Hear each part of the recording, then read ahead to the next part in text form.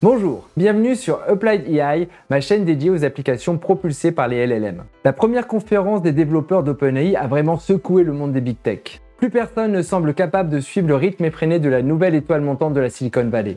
Dans un geste désespéré, le board d'OpenAI a même mis à pied son saint patron, Sam Altman, peine perdue. Ce rebondissement a seulement confirmé que Sam pouvait compter sur ses meilleurs amis. Un an après le lancement de ChatGPT, va-t-on tous devoir adopter l'accent californien pour dicter nos prompts ? Pas nécessairement, car un irréductible Claude gaulois résiste encore et toujours. Je reviens aujourd'hui sur AI Pulse, un événement majeur de l'IA organisé par Scaleway, la filiale cloud d'Iliad. La conférence est tenue le 17 novembre à la station F. J'étais évidemment sur place. L'open source et la recherche ouverte étaient la thématique centrale de la conférence. 2 semaines après le tumulte d'Altman OpenAI, c'était une excellente idée. Des acteurs majeurs de l'IA comme Hugging Face, Meta étaient en haut de l'affiche, mais ils ont été plus que discrets sur place avec seulement quelques interventions convenues. Maybe you have this architecture, the transformer, but it's trying to predict the next world. Nvidia, habitué des salons, avait un beau stand. Jensen Huang, son CEO, n'a pas pu être présent en personne, se contentant d'une intervention visio pour placer ses produits. L'événement était clairement scindé en 2 parties. La matinée était réservée aux grandes annonces à destination du monde des affaires et des politiques, tandis que l'après-midi mettait en lumière les startups. Le matin, 2 annonces ont particulièrement attiré mon attention.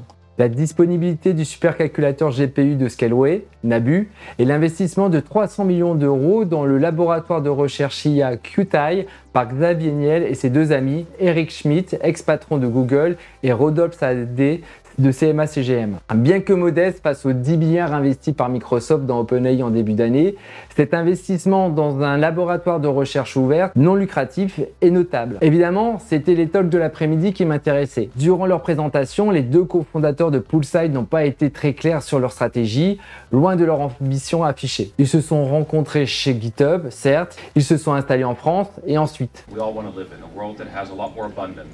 The ability to actually apply these capabilities and these models in healthcare, in science. La session pour la réglementation a révélé que l'Europe n'assouplirait pas le cadre du GDPR pour l'IA, sans grande surprise. But if you process personal data and if it's sensitive or if it's with large effects on people, obviously you need to comply to GDPR. Les autres talks, dont AI for Organization avec Charles Gorentin d'Alan, étaient plutôt intéressants. Charles a parlé de la mise en place d'une académie GenAI et de l'utilisation des assistants de Dust chez Alan.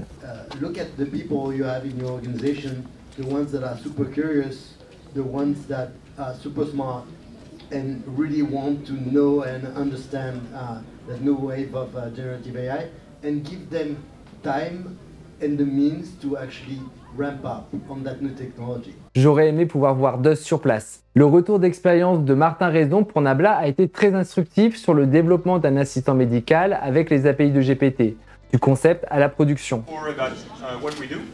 So Nabla, our product Nabla Copilot generates clinical documentation automatically for medical consultations. Le moment fort pour moi a été la présentation d'Arthur Mensch, CEO de Mistral. Le premier modèle open source Mistral 7B tient toutes ses promesses, apportant des innovations intéressantes, notamment en termes de la taille de contexte. It's not that easy to take a model and to make a low latency application that serves a purpose, and this is really what we want to make happen. Il y a une réelle vision derrière cette boîte. Cela donne vraiment confiance et me motive à utiliser leur modèle. So that's Mistral 7B.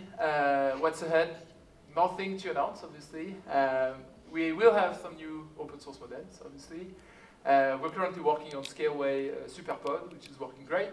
Pour conclure, j'ai vraiment apprécié cette première édition d'AI Pulse. L'atmosphère startup open source était rafraîchissante, loin de la machine bien huilée d'OpenAI. J'espère que les prochaines éditions offriront encore plus de place aux produits et aux échanges. Et vous, qu'avez-vous retenu de cette AI Pulse? Partagez vos impressions en commentaire. Et si vous avez aimé cette vidéo, n'oubliez pas de liker, partager et de vous abonner. Merci à tous et à bientôt sur Applied AI.